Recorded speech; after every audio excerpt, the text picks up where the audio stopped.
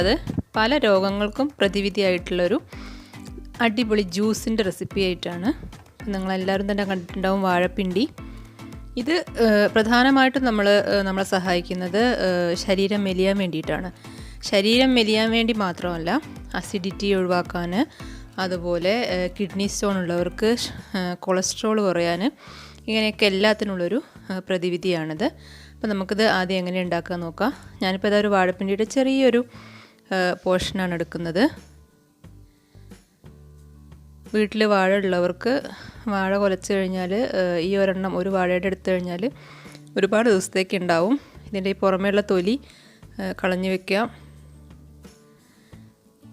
എന്നിട്ട് ഞാനിതിങ്ങനെ റൗണ്ടിൽ അരിഞ്ഞ് വെക്കുകയാണ്. എങ്ങനെയാലും കുഴപ്പമില്ല, എങ്ങനെ അരിഞ്ഞാലും കുഴപ്പമില്ല. പരമാവധി ചെറുതായിട്ട് അരിഞ്ഞാൽ നമുക്ക് മിക്സിയിൽ അരയ്ക്കാൻ എളുപ്പമായിരിക്കും. ശരീരത്തിലുള്ള ഫാറ്റ്, അതായത് നീര് ശരീരത്തിൽ നിന്ന് പോകാൻ ഏറ്റവും നല്ലൊരു വഴിയാണിത്. അതായത് ഇങ്ങനെ നൂലുണ്ടാവും കേട്ടോ. അപ്പോൾ അത് വിരലിൽ ചുറ്റിയെടുക്കുക. നൂല് ചുറ്റിയില്ലെങ്കിലും കുഴപ്പമൊന്നുമില്ല. കാരണം നമ്മൾ മിക്സിയിൽ അടിച്ചെടുത്ത് കഴിഞ്ഞാൽ അരിച്ചിട്ടാണല്ലോ കുടിക്കുക. അപ്പോൾ നൂലത് കിടന്നാലും കുഴപ്പമൊന്നുമില്ല. ദഹനക്കുറവുണ്ടെങ്കിൽ നല്ലൊരു മരുന്നാണിത്.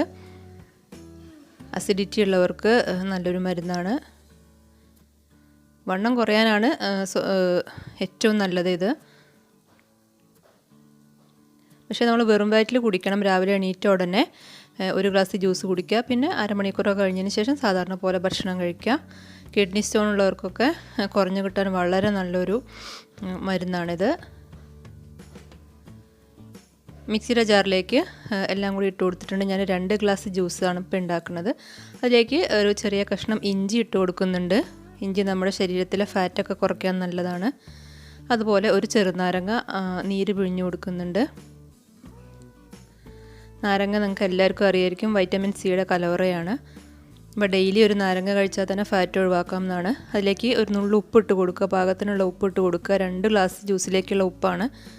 പിന്നെ കുറച്ച് വെള്ളം ഒഴിച്ചിട്ട് അരച്ചെടുക്കുക. ഇപ്പോൾ ഇതാ ഞാൻ അരച്ചെടുത്തിട്ടുണ്ട്.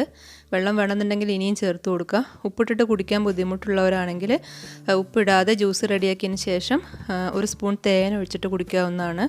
ചിലർക്ക് ഉപ്പുള്ളത് കുടിക്കാൻ മടിയുണ്ടാവും. അപ്പോൾ തേൻ ഒഴിച്ചിട്ട് കുടിക്കുക. അപ്പോൾ നല്ല ടേസ്റ്റ് ആയിരിക്കും, മധുരം ഉണ്ടാവുമല്ലോ. ഇതാ ഇങ്ങനെ അരിപ്പയിൽ ഒഴിച്ചിട്ട് ഒരു സ്പൂൺ വെച്ചിട്ട് നന്നായിട്ട് പിഴിഞ്ഞെടുക്കുക. ശരിക്കും നമ്മുടെ ശരീരത്തിലെ ഫാറ്റെല്ലാം പോയി കഴിഞ്ഞാൽ തന്നെ ശരീരം നന്നായിട്ട് മെലിയും.